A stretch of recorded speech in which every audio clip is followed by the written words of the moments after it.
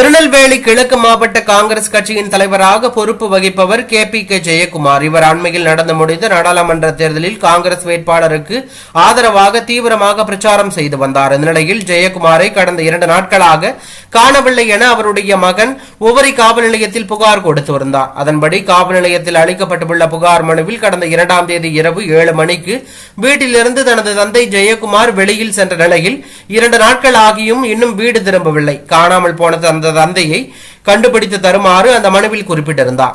அந்த புகாரின் அடிப்படையில் காவல்துறையினர் வழக்கு பதிவும் செய்து விசாரணையும் மேற்கொண்டு வந்தார்கள். முன்னதாக கடந்த மாதம் 30ஆம் தேதி ஜெயக்குமார் தன்னுடைய வீட்டிற்கு முன்பு சிலர் நோட்டமிட்டுக் கொண்டு இருப்பதாகவும் அவர்கள் திருட்டு சம்பவத்தில் ஈடுபடுவார்கள் என நினைத்தோம், ஆனால் தனக்கு கொலை மிரட்டல் விடுவதாகவும் அவர்கள் வீட்டை சுற்றி வருவதாகவும் தெரிவித்து சிலரது பெயர்களை குறிப்பிட்ட மாவட்ட SPக்கு ஜெயக்குமார் புகார் அனுப்பியிருந்தார்.